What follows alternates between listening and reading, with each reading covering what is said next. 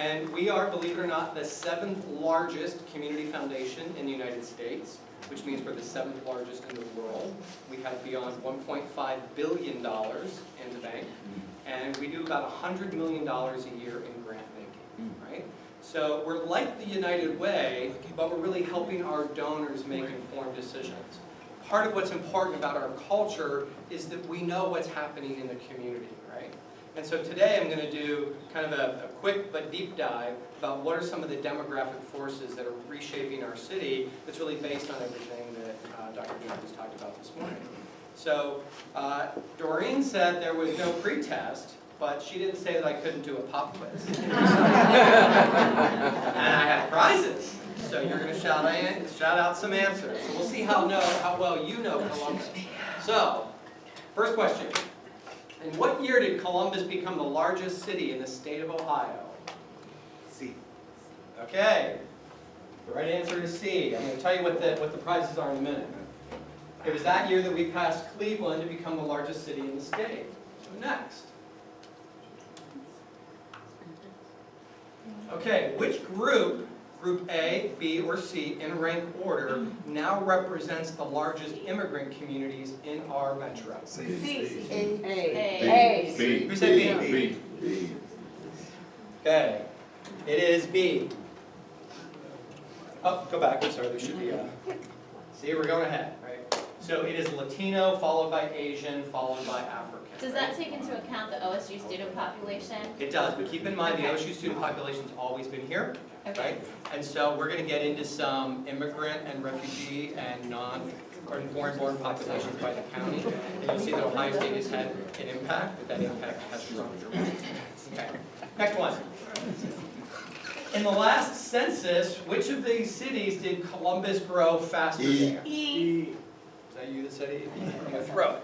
Okay, in fact, E, right? Many of those cities we consider to be high-growth, thriving metropolitan markets. It is shocking that a city in the middle of the Midwest is really growing faster than many of those cities, but we're going to talk about why that is. Next up. In the last 12 years, Franklin County grew by 11.8% in population. What do you think the percentage increase in number of people in poverty was? D. Who said E over here? 70%. Yeah. And I'm basing it off my personal income. And I'm glad that there was such an emotional response to that, because we are in unprecedented territory, and what we've seen these last 12 years, we've not seen since the Great Depression. So last question. So, in our metro, what percent of children who are born in the top... E. Gotta E. be. Who said E over here? Only 5% of children born in the bottom 20% during their lifetime will ever make it to the top 20%. That is a longitudinal study that tracks those children over decades. And that's the county, not just in Columbus City Schools. And I want you to know that all of the data I'm sharing with you today are Franklin County data sets. Okay? What I just threw out for those folks that won your question, that is a $20 gift card. It is a charitable gift card, which means you may redeem that $20 gift card and give it to the charity of your choice. You will redeem that. You will redeem that gift card on the Columbus Foundation website, and any nonprofit that has a Power Philanthropy portrait with us is eligible, so you'll have 637 different choices in nonprofits to give those $20, and all $20 goes directly to that nonprofit. We are the first community foundation in the country to be offering charitable gift cards, so think about that for the person who doesn't need one more candle or piece of clothing in their house, right? So let's move on. Okay.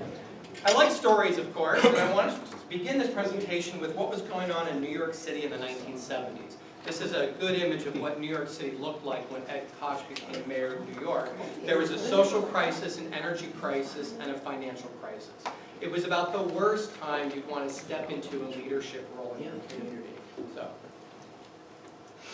Mayor Koch, the now late Mayor Koch, used to tell this story when he was walking along the Brighton Beach boardwalk when an elderly woman walked up to him right after the election and she said, Mr. Mayor, make it like it was. And he responded, Madam, it probably never was the way you remember it was, but I'll do my best. Right? And that's an important message for two reasons. One, because the mayor suggested hope for the city, right? That this physical space that we share, no matter all the forces that are attacking our cities, a social crisis, an energy crisis, a class crisis, that the city can survive, right? But he also suggests that sometimes our memory of the past isn't always accurate, right? And so what I hope to accomplish with you today is give you kind of some groundwork for what the data says about what's happening in Columbus, okay? Because the last decade that we just experienced, we have come through a housing crisis, a financial crisis, and a demographic shift, the likes of which we have not seen in this city since anyone in this room is alive. So change is rapid in this city. So part of that change is that we are a growing region. In fact, we add 370 people every single week to the Columbus market. That is, next, on a monthly basis, almost 1,600 people a month we add. And in the 2 years following the 2010 census, we added 42,000 people. That's adding the city of Dublin in 24 months to our region. Right? That's, yeah, wow. But during that same time period, the 81 counties in the rest of Ohio were losing 34,000 people. So what's happening in Columbus is also not what's happening in the state. Starting about the 1990s, it used to be that Columbus and Ohio were on a pretty similar trajectory. And in the 1990s, they started to kind of do this. Columbus really started to pull away. It started to have demographic and population forces that were not like the rest of the state. What's driving our growth? Well, 63% of our growth is natural increase. That's babies over deaths. So no matter what's happening in the economy, the Columbus Metro is going to grow because we are a young metropolitan region, which means we have a lot of people in childbearing years. 24% is what's new, and that would be people coming to metropolitan Columbus from around the world. That started in the 1990s, it picked up steam, and it continues to be a defining characteristic of our region. And then lastly, 13% of our growth is the domestic migration. That's people who leave one city and go to another. We are the only metro in Ohio where more Americans are moving in than moving out. Every other metro has more Americans moving out, only to be offset by some babies and a little bit of international immigrants. Why is Columbus growing faster than the U.S. average? Because we're growing rapidly through natural increase, we're attracting international arrivals, and we're attracting domestic migrants. And there was just a study that came out yesterday that showed annual mobility of all U.S. metros. Columbus was 9th on the list, the only city in the Midwest or the Northeast to have ranked in the top 10 with regard to the mobility of Americans. 10,000 more Americans moved in than moved out last year in our market. Opportunity is going to be our theme today, right? And giving you my personal opinion, I think the mayor has been very good for Columbus and very good for neighborhoods, but there are forces way beyond his control that really define our metropolitan region. But I would say that I agree when the mayor took office, he was, for the first time, articulately and very clearly and succinctly said, let's grow outward with a plan and inward with a passion, where prior to his tenure as mayor, most of Columbus's efforts were really about outward growth. And even though we've not been equal in that, what you've seen in this economic recovery is central Columbus, except for Linden and the west side, a few portions of the south side, but most of Columbus is actually doing better than the suburbs. But it's very geographically based. Yes, ma'am? When you say Columbus Metro, is that counting the suburbs? For these figures, it would be Franklin and the adjacent counties. Okay, thank you. What's interesting is the city of Columbus is actually growing faster than the suburbs, and Franklin County is actually growing faster than our additional suburban counties in the recession, or the recovery, I should say. Part of that is because multifamily has actually recovered more quickly than single family, and multifamily is more easy to do in the city than it is in the suburbs. So that'll probably balance out as the recovery gets a little more groove going on. Thank you. So, why is Columbus growing? Since the recovery started, Ohio has gained back 48% of the jobs it lost in the recession. The United States has gained back 75% of lost jobs, and the Columbus Metro has gained back 140% of lost jobs, okay? We lost 54,000 jobs in the recession. We have since gained back 75,000. Nobody comes even close to that jobs recovery that Columbus has achieved. Now, what I can't tell you is the average job we lost was $15 an hour, the average job we've gained is $11 an hour. I can't tell you that the jobs that we lost were on bus routes close to center city neighborhoods, and the jobs that we've gained are in greenfield sites beyond Dakota service delivery. So the bottom line is jobs are being created. What we need to do a better job is the linkage and connection. So, did you have a question about that in the back? No, you kind of answered it because I was going to ask, well, if we have 140% growth, how do you explain poverty? Yeah, we're gonna dive into that. That's part of the conversation, is that what does that mean if our new norm is we're producing jobs, but we're not seeing a reduction in poverty, right? There's going to be a lot of factors for that. We're going to give you some data for Franklin County that will allow you to begin to understand why families are still so economically vulnerable, despite the fact that the economy is producing jobs. When you said nobody, is that nobody in the whole country? That's number one in the whole country? No, that would be in Ohio, no one comes even close. I think the Akron market comes in second, and they've gained back 69%, but Cleveland and Cincinnati have still only gained back about 30 to 35% of the jobs they lost in the recession. In fact, the Cleveland Metro has had 7 consecutive quarters in a row of being dead last in America for job creation. You think Youngstown's on its way back up? No.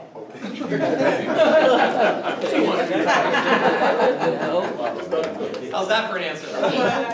All right, so here's a map of the U.S. that shows the migration pattern of Americans in the last census. Every county shaded in blue shows a county that someone either moved from that county to Franklin, which is the white dot in the middle, or someone left Franklin County for that county. So what you see is that every county in Ohio is shaded blue. What you see is this is a big country, right? And there's a lot of mobility. People move around a lot, but this doesn't show relationships. Through IRS data, we can see the pattern of where people are moving to and from, and this would be the pattern right before the recession. Number 1 on the list was Cleveland. We added 802 more people in a single year from Cleveland than people who left here going back. So the person's counting about OSU students. So for an OSU student that's come to Columbus, it's also counting those people who graduate and go back to Cleveland, but the pattern would be they would maybe come from suburban Cleveland, come to Columbus, and then they don't go back to Cleveland and graduate. Next on the list was Dayton at 752 people. Third on the list was my hometown, 30 years after the fall of steel. A lot of people are still leaving the Mahoning Valley for Columbus. Next would be Detroit, and 5th on the list was Akron. So do you see a pattern of where Columbus is pulling people from? Does this explain all those annoying Browns fans? I think it might.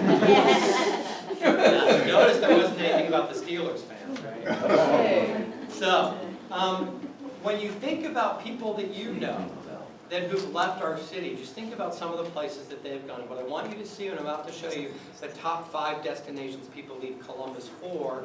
Look at the number, meaning the flow. Remember, Cleveland was 800. So the top destination of in-migration had 800 people in a single year. Top destination for out-migrants was the Phoenix area, but only 264, right? Second on the list was Dallas. Third on the list was Houston. 4th on the list was Charlotte. And 5th on the list was Atlanta. Yeah, coming in the pink. More. Warm and south, right? So I'm going to oversimplify these patterns, right? That people are heading for, warm and sunnier climates. Here's that same map in blue, but now we show the migration in and out. All the black lines show the places Columbus is pulling people from. The red lines are showing where we're losing people to. And oversimplifying that pattern, people are moving to Columbus from nearby cities that aren't doing as well economically. So people are coming here for opportunity, or they're coming here for education. And when they get that opportunity in education, they not just leave Ohio, but essentially they're leaving the Midwest.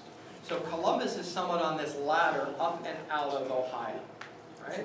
Although the recession's really slowed that because cities like Charlotte and Atlanta really got hit hard. So Columbus has actually been doing a better job of retaining its young talent in the recession than it did during the good years, right? So these aren't retirees? No, this is everybody, right? And hold on, it's everybody that's filing taxes with the government because this is IRS data. So, right, if you're a migrant worker that's not filing taxes, you're not counted, right? If you don't have a W-2, you're not in the data set. So there could be some retirees, but clearly some of that could be Phoenix. But also keep in mind, Phoenix, Houston, Dallas, Charlotte, Atlanta, they're large markets, they're rapidly growing, so they're going to have a pull factor from most places, right? But the bottom line is, you're not leaving Columbus and going to Steubenville, Lima, Mansfield, right? Dayton. Okay. So that's the American mobility. Now we're going to talk about the cultural shift in our community with a series of maps. Here's a map of Franklin County just 14 years ago, and you can see African-born residents, not African-American, and it was just 1% of the county's population. You clearly see those census tracts on the northeast side around Morse Road and Northern Lights, which was really the beginning of the African community in Columbus. By 2012, we have grown to 24,000, so that was a huge increase of 13,000 individuals. And you'll also see now that really 3 communities have really started to emerge. It's not just in Northland, there's also an African presence on the far east side, Whitehall schools, Reynoldsburg schools. You'll also see that cluster on the left side of the map, which is around Hollywood Casino, right? This is going to be very important in a few minutes, right? Because really look at that map. These are very recent immigrants, most of which are very under-resourced. And where is the geography of their residence upon arrival? It's very close to the outer belt, right? So from day one, they're already really out on that urban periphery. And we're going to get into this, but it's really going to be about seeking better neighborhoods, job opportunities, educational opportunities. Okay? And African immigrants are not choosing predominantly black neighborhoods.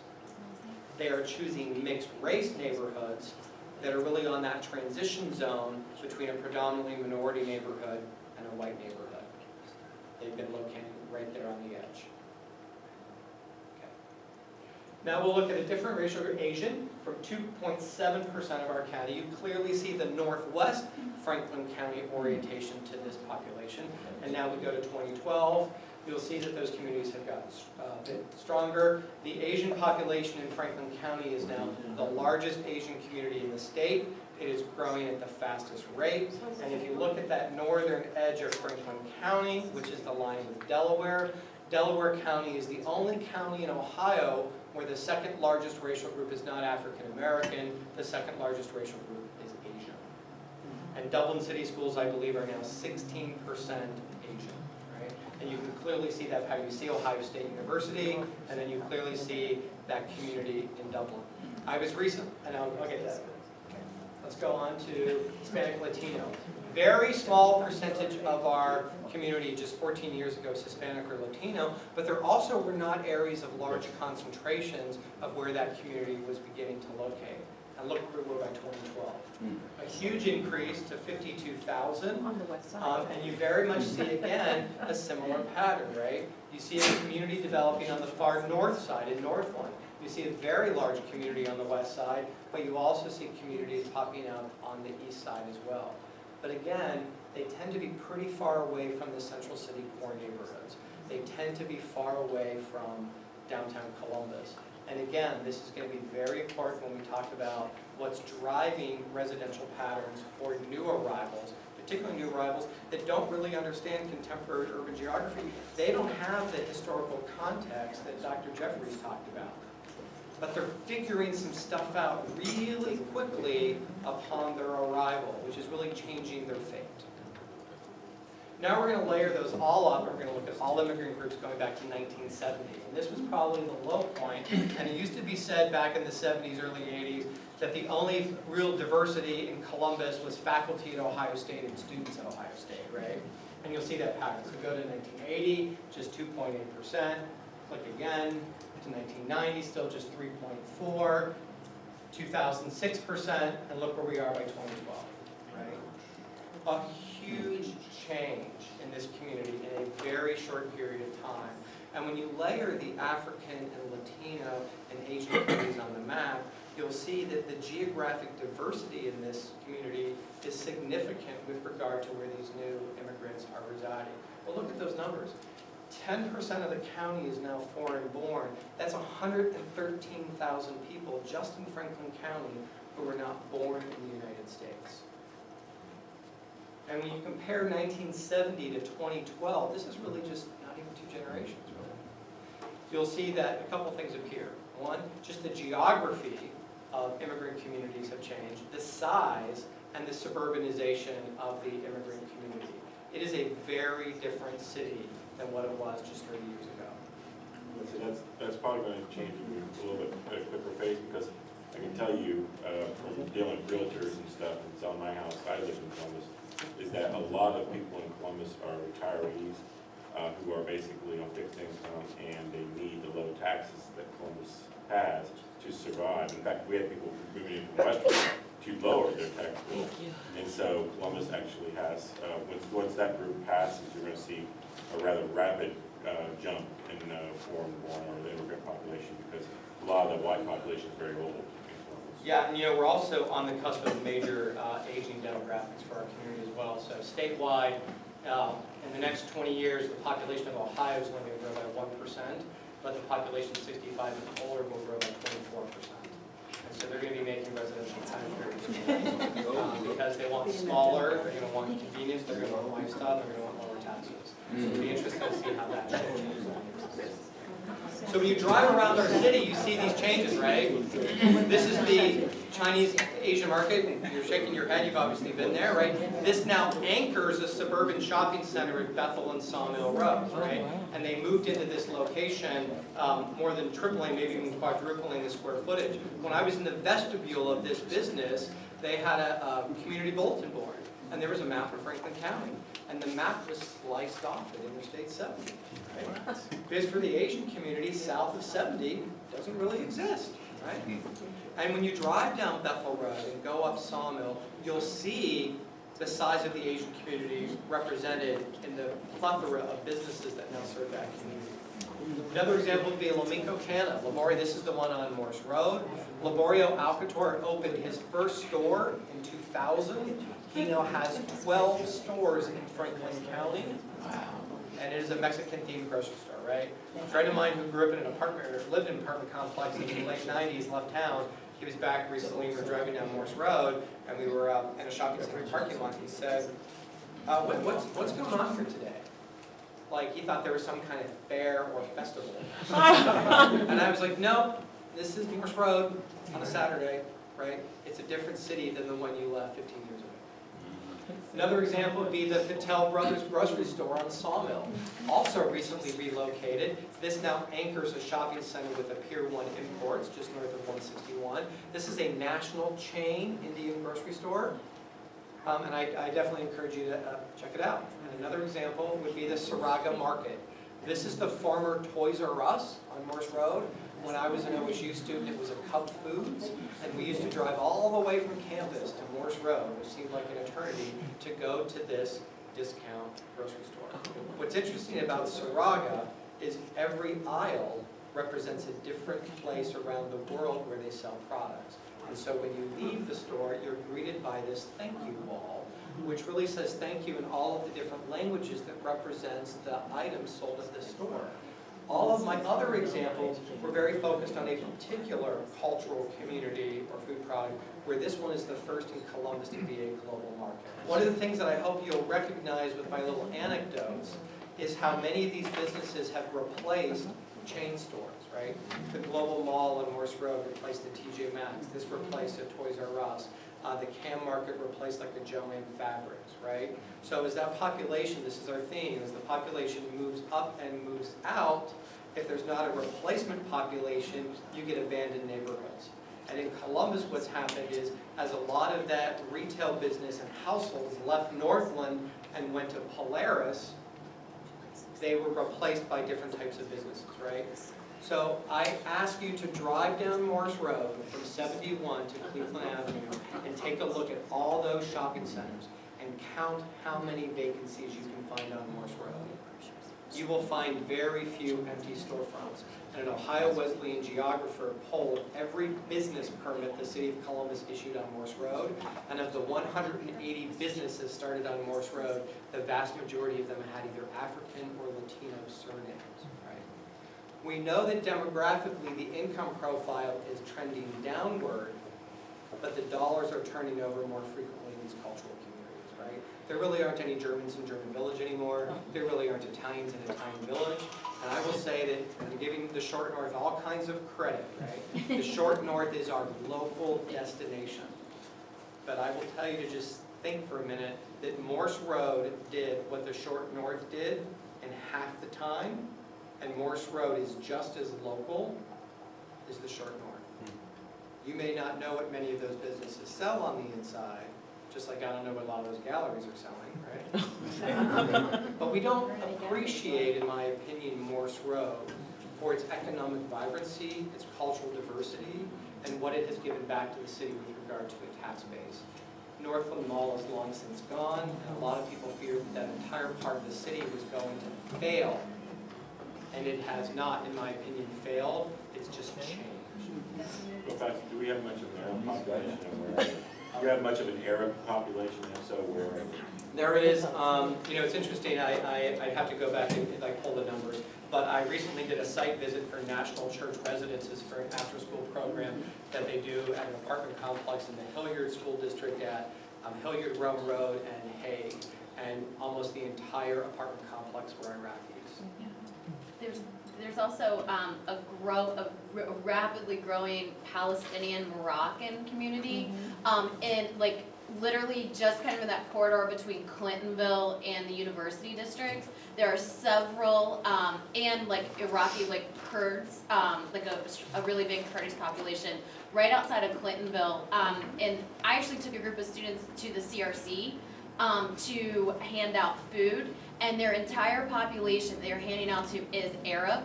And because of that, the Mid-Ohio Food Bank has actually changed the food that they are giving the CRC, because they were realizing that they don't use the canned goods that traditional low-income families use, and so they've actually brought in a bunch of like ethnic produce and things that the Arab population will use, and that's what they're giving out. Whenever one of our colleagues goes out and does a site visit, they'll come back and say, hey, I just went on a site visit to such and such, and guess what the largest group of people were at the place I just visited, right? And so yesterday's pop quiz at the office was an organization that serves folks in Northern Lights, and the largest group of immigrants there were from Nepal. When you look at our metro, there's 133,000 people that now live in this region that were not born in the United States, and 55% of that number was not living in the United States in the year 2000, right? So not only are they new to Columbus, they're new to the United States. And we benchmark ourselves against 15 of the U.S. cities that are similar in size, best in class, or aspirational cities. So Portland, Austin, San Diego, Minneapolis. And of our 15 benchmark cities, we're not the most diverse, but we have the newest group of arrivals of any of those benchmarking cities, meaning the rate of change here is faster than any of the cities that we benchmark ourselves against. When you look historically, the last time we've experienced this was when William McKinley was president and Albert Einstein had just invented the theory of relativity. We have not seen this for a century, right?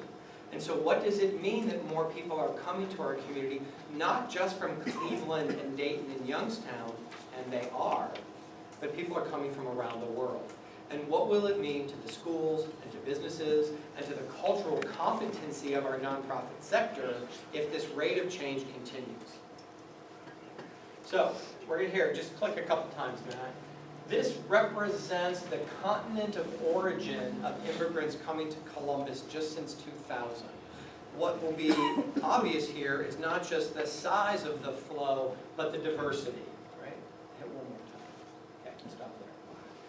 So a lot of times, and when I ask that first question, what represents the largest immigrant groups in Columbus, you usually get a very different response based on what side of town you live on, right? And what's unique to Columbus is when a city becomes an emerging market, meaning a city that has not been experiencing immigration, but then begins to experiencing that trend. The typical pattern in America is you tend to experience that new trend from a single continent, right? Charlotte and Indianapolis are the other two cities similar to Columbus. We're inland cities. We've not been traditional destinations for immigrants, but we've started to change very quickly in the last 15 years. But guess what? You go to Indianapolis, which has the same rate of change, they're experiencing almost no African immigration and very little Asian. It's almost entirely Latino. So what has made it more challenging for Columbus is the cultural and language diversity that we've experienced is so dramatic. It's caused a lot of us to kind of react to that with a lot of difficulty. When did the airport become an international airport, and is that one of the factors that make this change? It's been an international airport for a long time. It is not one of the factors. What we believe one of the factors are is because Columbus has relatively low-cost housing, a relatively welcoming environment, and housing is relatively inexpensive. So most of our immigrants are not picking Columbus as their original destination when they come to the U.S. They tend to go to another city first, and Columbus has gotten a reputation. People are nice to you there. Housing doesn't cost you an arm and a leg, right? And that you're welcome. I think it is very interesting that Columbus has one of the largest LGBT communities in the state, and also now one of the largest Muslim communities. Very different kind of communities. What's the commonality there that I think, this is just my personal opinion, right? And it's not just tolerance, it's inclusion, right? And I'll give the mayor some credit on that as well, right? There is a welcomeness here that is not found in many other Midwestern cities. Whether you are of a different country, a different race, a different sexual orientation, you are welcome here and treated with respect. And if respect is that commonality, that's going to help Columbus be a more globally competitive place in my opinion. What's driving folks to come to Columbus? We think it's opportunity. And the Kirwan Institute for the Study of Race and Ethnicity, where Dr. Jeffries got much of his training, has created these opportunity maps. I'm assuming you got a lot of your training there, right? Because you're there for 12 years, right? And you're only 28, right? So they said, what if we were to look at all of these data sets at the same time, right? Because even someone like myself who loves to do maps like the one we played with on the wall over there, and you could look at a map of high school graduation rates and a map of crime. But by the time you get to that third map, you've kind of forgot what that map represented 2 maps ago, right? So they took these 17 data sets across these 4 broad categories, mapped them individually, and then layered all 17 maps on top of one another to see if there's a pattern of opportunity in Franklin County. And here's the map. On the left is Franklin County, on the right is an inset into urban Columbus. So just stay on the map on the left, right? So this map goes from very low to very high, with the yellow being the lowest opportunity neighborhoods, and that dark rust color is the highest opportunity. And you'll see that geographically, we are not experiencing opportunity equitably. And researchers at Kirwan suggest that the 2 most important determinants to your life success can come down to the neighborhood or the census tract in which you are born and the census tract that you continue to live in. Whether or not you graduate from high school or develop diabetes, whether or not you have a good career path or experience obesity, right, comes down to space. And I wasn't able to share it today because they're still fixing the map. Kirwan researchers have now done a map on the average age of your death by census tract.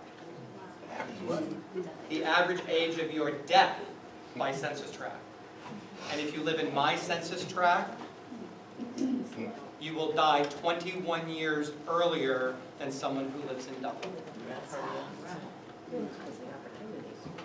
Yep. I mean, you wait till the maps come out. Right? It is very, very telling. What's the reason for that? It's income, it's health access, it's violence, it's all kinds of factors. Look to see where the new hospitals and ERs are being built. They're not being built on the west side, One's in River City. but that's not the west side. We're talking about Columbus, we're talking the bottoms, we're talking the hilltop. There's nothing new coming in. The only thing came in new was the casino, and it didn't do anything. Right, and I will argue that one of the flaws, the fatal flaw for the casino, in my opinion, is the design in which was applied. The setback from the road. Oh, it's horrible. It wasn't built to be integrated to other land uses. Nope. It is a single destination place. You will drive in, you will park there, you will leave. Had that building been built right up to the street, had they put in sidewalks, had they put West Broad Street on a road diet, had they made it more of a destination, ripped some of those walls out, made it integrated into the neighborhood, you'd see a spillover effect, right? You will not see any of the residual. Oh, no. I've never seen any casino like that. Well, you haven't, but the difference is, we had a decision that the public sector made Yeah. about whether or not we did or did not want to have a casino. And we made that decision, but we chose not to make it be the best for us that it could have been. That was the failure of Dorian. Well, and also, remember, Cleveland put their casino downtown, and that was their conscious choice. And by not having it downtown, why do you think Columbus Commons got built so quickly? To preclude that being downtown, then immediately you were in the land of parking lots around it, but it is a revitalization factor in Cleveland. Yeah, and you know, the sad thing is, the casino was sold to our city as being an economic development, an economic savior for the west side, and because of its design flaws, it will not live up to that expectation. Nope. So is that a policy issue, or is that a private development issue? Well, it's both. So like, if you look at, some parts of our city have architectural design and urban design standards, right? And parts of our city do not. That is not an area of the city that has those kind of design guidelines. When you drive up High Street from downtown all the way up to Clintonville, and you notice the CVS's and the Taco Bells, and even the Turkey Hill gas stations that are built right up to the sidewalk with windows and a door, the gas pumps are behind the building, the drive-throughs behind the building. That was an urban design policy the city of Columbus made for High Street. And they said all businesses are going to have transparency, they're going to respect the sidewalk experience, they're going to respect the pedestrian, the transit rider, the bicyclist, and the automobile. And every building that you see in the last 10 years built on High Street has had a very different type of design standard. You don't have that design standard on the west side. So it's just one of those things where the west side grew in a suburban typology, and we didn't have the design guidelines ahead of the investment in the casino. Just one more quick example, which is a little bit more historical, was the development of 670, which was a policy issue, but it was a policy issue to bring people who needed jobs from the inner city to the airport. How many jobs do you think were generated at the airport the last time you checked on through and you see there's a Wendy's or this or that? It was not at such a high number, but they were able to rationalize using the funding and the change in the bus route path, and never underestimate going to a hearing on changes of bus routes if you're really interested in these things, because that again is determining best minds, even the purest motives. You could see immediately it wasn't going to happen the way they hoped it would happen. So now look at that map on the right side, because that's a deep dive in urban Columbus, and that's going to be the handout that I will give you that has information on opportunity mapping. Look at how close some of our lowest opportunity neighborhoods are with some of our highest opportunity, right? In the traditional textbook case, you'd go from very low to very high, as you do on Cleveland Avenue, right? So when you start at Cleveland and 11th, and by the time you get to the center of Westerville, it's taken you about 12 miles, right, to experience all those transitions from very low to very high. But in urban Columbus, sometimes that happens just by crossing a 35-foot wide street, right? So look at Parsons Avenue. Can you see where German Village is on the map over here, right? So German Village is coming south of downtown. You can see Bexley over there, right? When you cross Parsons Avenue, it goes from, $300,000 homes in German Village, Schumacher Place, and Marion Village to $30,000 homes, right? Crime rates skyrocket. Health disparities increase, right? The other place would be Wyland Park, which is my neighborhood, which is actually a low opportunity and a moderate opportunity neighborhood surrounded by high opportunity neighborhoods. Another interesting area is King Lincoln. It's wedged in between Bexley and downtown. Another one is Franklinton, which is kind of surrounded by downtown. And there's a national phenomenon around neighborhood revitalization called the beds and meds of community development. What are the two institutions that generally, it's very hard for them to move because they're so capital intensive? Hospitals and universities. And there is a moral case for those institutions to address educational disparities and health disparities because they're in the business of educating people and providing health care. And then there's the business case, right? How does Nationwide Children's Hospital attract great talent if the neighborhood around it is in distress? How do you attract talent when people are literally just afraid to park their cars and walk into the business every day, right? And what does it mean to the Ohio State University to be on the doorsteps of Wineland Park, where a majority of kids in that neighborhood are really struggling academically? So when Ohio State chose to move its early learning center into the neighborhood, that was both a business case and a moral case. What threw a wrench into all of this is when Mount Carmel said, you know what, we're going to go to Grove City. Yep. And I would suggest to you that much of the decision was because the neighborhood was in such distress and had been in distress for so long, and there was not a high level of confidence in its revival, that a business move was, we're going to Grove City because we will have more customers that can pay for the service. The detriment to Franklinton will be the people who are cleaning those rooms and working in the kitchen and working in the parking garages, the people who can get a decent paying job with little education. Those opportunities are not going to leave that neighborhood, right? So fascinating stuff, but Kerwin said, let's take it a level further. And they said, let's layer race. So now the map on the left represents the Asian population, and the map on the right represents the white population. Each dot represents the size, right? It's bigger if there's a larger number of people of that racial group in that area. And what you'll see on the map on the left is that 70% of Asians live in the highest opportunity census tracts in Franklin County, right? And for the white population, half the white population lives in very high or moderately high, except for, look at that one geography of yellow that has some big white dots. It's the hilltop in Franklinton, right? Which is why Mount Carmel probably made the decision that it's probably time for us to go. So, now we compare on the left the Hispanic or Latino population, and on the right is the African American. Stay on the map on the left for a minute, okay? You see those very three distinct communities. West Side, out towards Westerville, and out towards Reynoldsburg, and on its way to Pickerington, right? The Latino population grew by 130% in 12 years. But where did they locate upon their arrival, right? In moderate opportunity census tracts. Much of the success of the Latino community in this county comes down to geography. They are in better resourced neighborhoods, they have access to better educational opportunities, they are closer to where the jobs are, and they are faring better. The African American population, however, is where it gets very disturbing, because 70% of people of color in this county live in the lowest opportunity census tracts. So much of the disparities in education and income and health come down to the fact that too many people of color are simply geographically too far removed. We're not even going to get into all the other barriers. We're going to talk about this a little bit, right? There's all these other barriers, right? But now I'm just talking about the barrier of geography, and it is huge, right? So when you become more resourced and you're making a decision, what do most people do? They pick up and move out. And when Ohio State researchers tracked every home seller and home buyer in Franklin County, 89% of people behaved exactly the same way.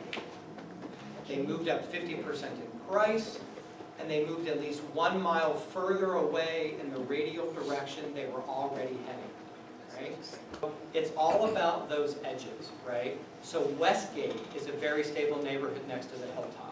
It's all about what's happening on the edge. If people in Westgate feel that the edges in the hilltop are getting a little more concerning than what they were in the past, what do? They moved. They moved, right? Mm-hmm. What's great about Columbus, because the region is growing and we have a relatively strong economy, it's can we, work with the Westgates? Can we work with the short north to save Moylan Park? Can Westgate save the hilltop? Can downtown help bring Franklinton back? And can strengthen the Near East Side and Bexley and downtown help Kingwood? Do you find that like that pattern changes when you have transplants? Because I'm just thinking, I didn't grow up in Columbus, and most of the people that I associate with also didn't grow up in Columbus. And what I found is there isn't the movement to the suburbs. That there's more of a movement into the central area and staying in the central area. So it's changing for a couple of factors. One, because younger people today view home ownership as not a way to build equity, but a way to lose a lot of money. True. It's changed, folks, it has changed the game. Yep. Why is there an explosion of $2,000 a month apartments? I don't know why you spend $2,000 a month on rent, right? Because too many people view home ownership as not a way to build assets. They also don't have the down payment because you need a lot of that money. It's harder to buy the house. And then you also have really a shrinking of household size. So you have an older consumer that is now motivated by convenience. They want less house, less yard, and they want convenience. And you have a younger consumer that's motivated by lifestyle. They want a walkable neighborhood, they want to hang out more, they don't want to be, house rich and cash poor, right? So there's these big demographic shifts, right? And so it's changing. And to your point, if you're a transplant into Columbus, you're not keeping historical patterns of what's a black neighborhood or a white neighborhood or where I should or shouldn't be, right? And we've seen that south of Easton, right? So we've seen more racial integration heading south of Easton. Many of those white folks that have moved into those census tracts are transplants from other parts of the city. They don't know that they shouldn't be there. Okay. Income mobility. Here is the national map that shows the likelihood of children born into the bottom 20%, the likelihood that you'll move into the top 20% in your lifetime. And what you'll see is that Columbus, despite all of its growth and prosperity and new people moving in, we're very similar to Cleveland and Cincinnati, in that there's very little economic mobility, right? But the Midwest and the South are very similar in that regard.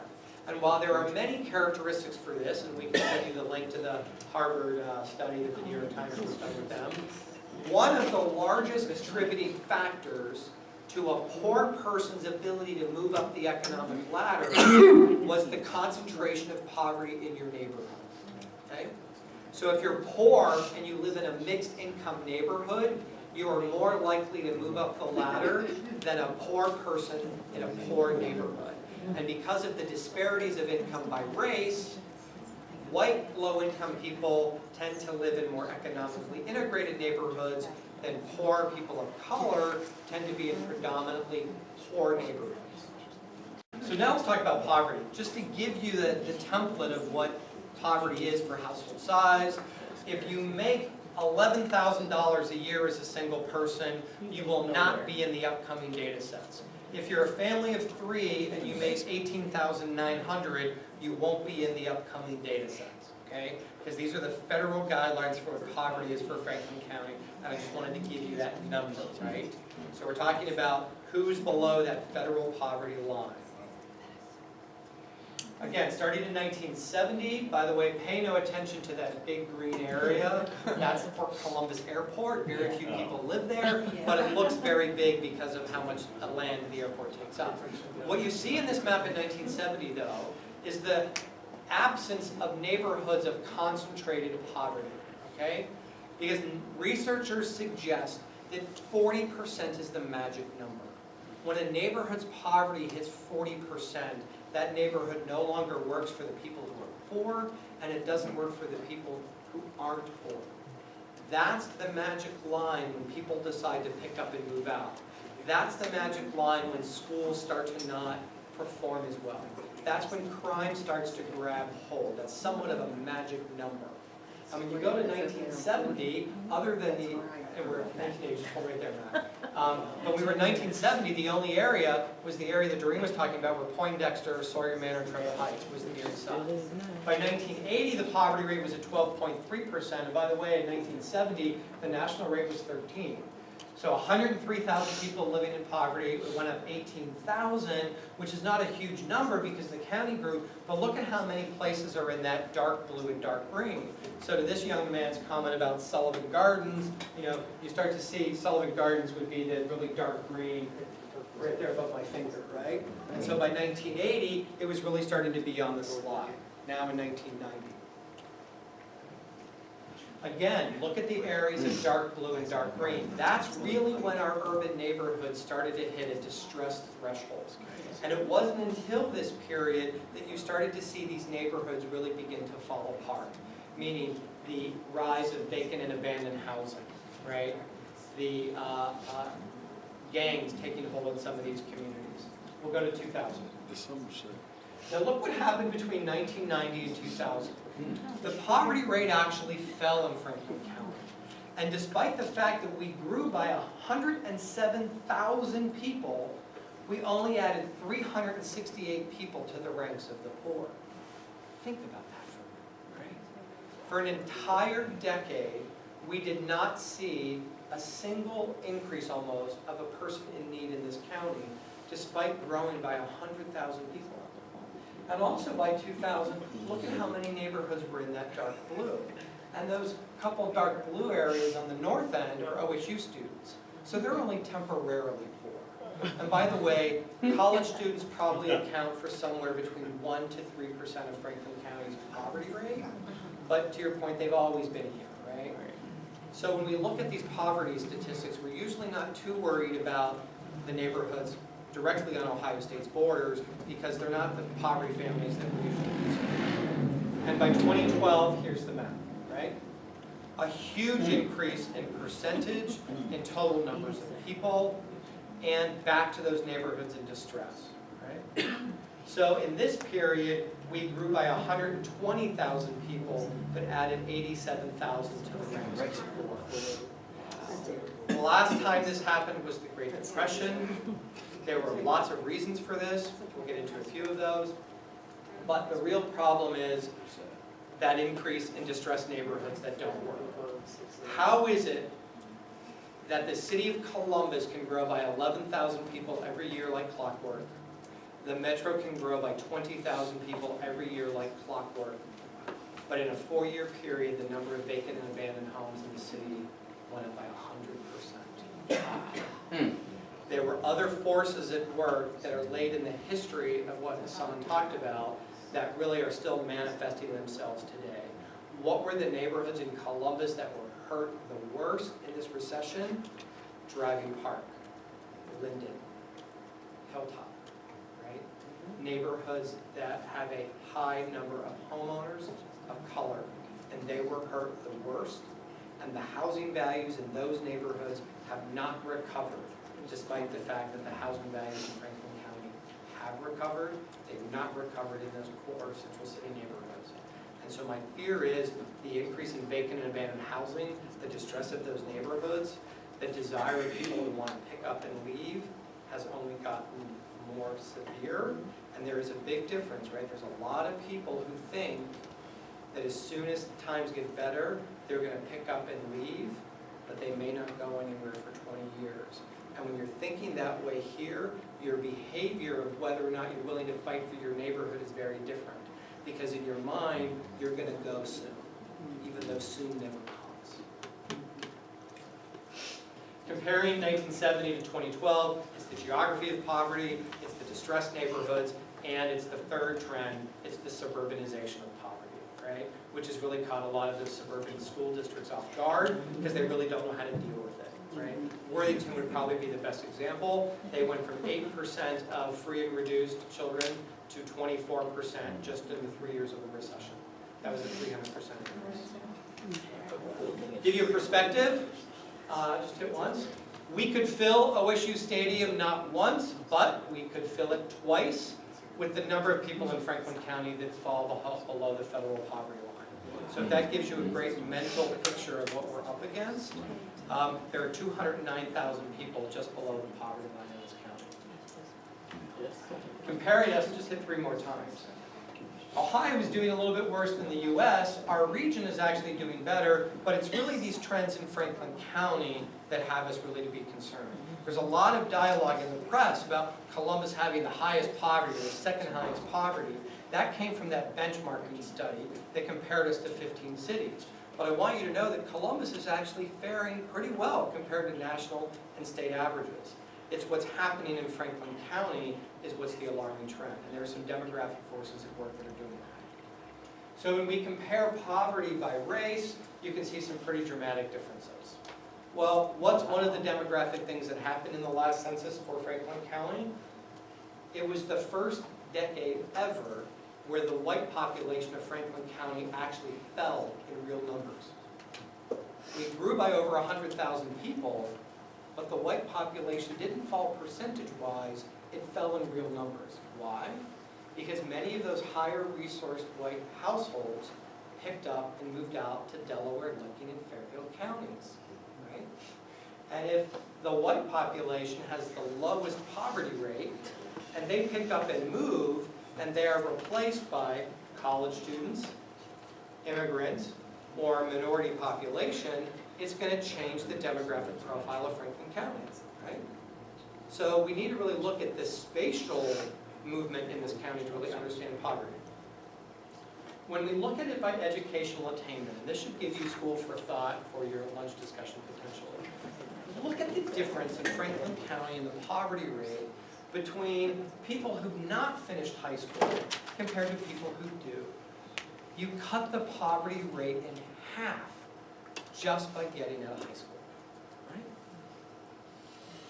right? But look at the difference between a high school diploma and actually having an associate's degree or something else. Not a big jump, right? You're better off if you have some college or an associate's degree, but not by a huge margin. Not like the margin between high school dropouts and high school graduates, right? So, I mean, it is critical. I mean, it's done for me to say it to teachers. It's critical we figure out how to resource families and get kids to finish their education.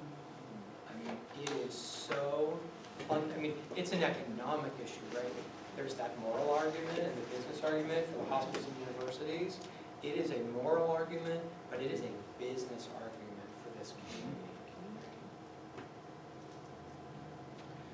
So here we look at poverty by age. Seniors have never been better off. Never better off, right? People over 65 have the lowest poverty rate in this community, but look at the poverty rate for children under 18. This is county, not Columbus City, this is the county. So it includes Dublin, it includes Westerville, and New Albany, and Bexley, and Worthington, right? There's a huge discrepancy in poverty by age.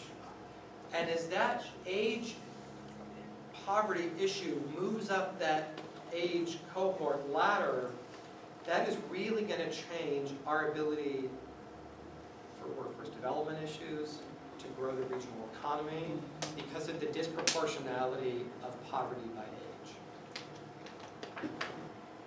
If you work full-time, year-round, right? So if you can get a job on January 1st, and you can still have that job on December 31st, and work full-time in Franklin County, the poverty rate is just 2.5% for that demographic, okay? If you work part-time or part-year, the poverty rate is 24%. And if you don't work at all, if you don't work a single day in a calendar year, the poverty rate is 29%. Very little difference, right? Between the part-timers and part-year and the people who don't work at all. Right? Why get a job? Why get a job? Why bother? For some people, it actually penalizes you to get a job, right? I deal with the cliff effect all the time. I'll give you just a story in my neighborhood 3 weeks ago. A knock on my door, a neighbor wants to borrow $5 to walk to Kroger to buy something. He has a mental health barrier, which I don't know what it is, I'm just assuming he does based on my personal experience with him. And he tells me, my Social Security check just went up by $17. Probably thought that was a big raise. What's that? He probably thought that was a big raise too. No, here's what happened. He got a $17 increase in SSI, so his food stamp allocation was cut by $120. Oh my God. And his Medicaid cost that he had to pay went up by, I think, $35 or $38, right? So he made $17 over here, but it cost him $150, whatever, $160 over here. So guess what he did? He took $11 in cash, and he got on a Coda bus, and he went downtown, and he tried to give the $11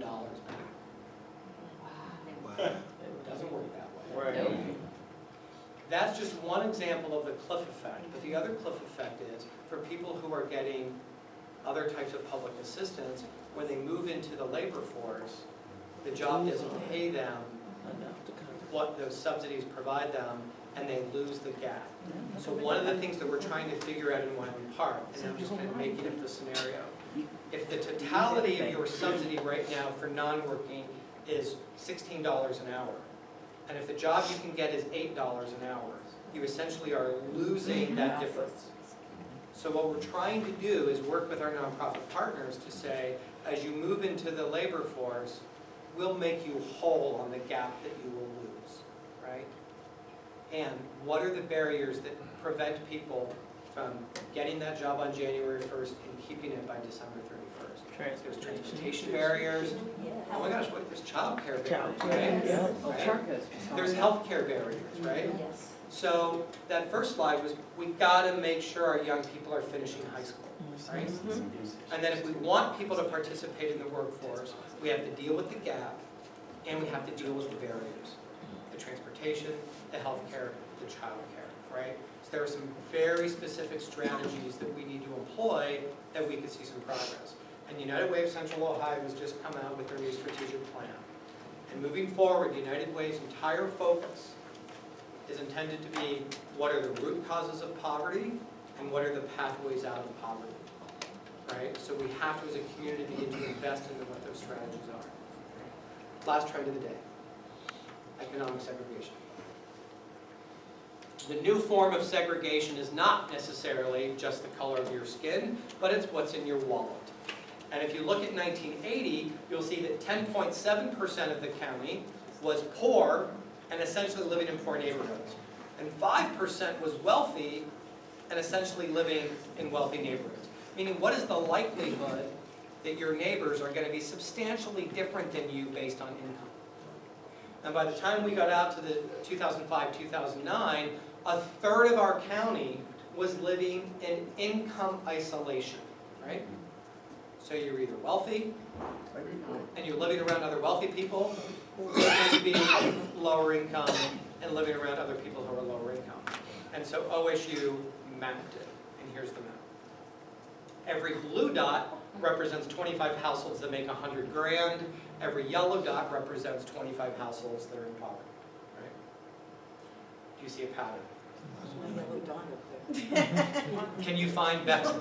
Yeah. Can you find German Village? Yep. Right? So here's the quandary. Because we grow at a predictable rate, in the next 20 years, our metro will grow by 400 to 450,000 people, like clockwork. Right? And even if the poverty rate doesn't budge, there will be 60,000 more people in poverty in this metro in 20 years than what we have today. So one of the things I could have you do as a fun exercise is take out the map and find a place to put 60,000 poor people. That's what we have to do as a city. We have to put 60,000 poor people somewhere. Probably not going to be in Dublin. Right. Probably not going to be out in Albany. That could be River City. And what is the greatest predictor of a neighborhood falling into a neighborhood of concentrated poverty? Remember we talked about those edges, River right? City is growing. And we generally provide affordable housing for the masses by allowing the quality of the housing to be disinvested, right? Housing is cheap when it's of low quality, because as Hassan was saying, public housing used to be a desirable thing, it's not anymore. Right. I think it's on a 10-year waiting list, there's not enough Section 8 housing. So one of the ways to provide low-income housing is to allow neighborhoods to fall into distress. Right.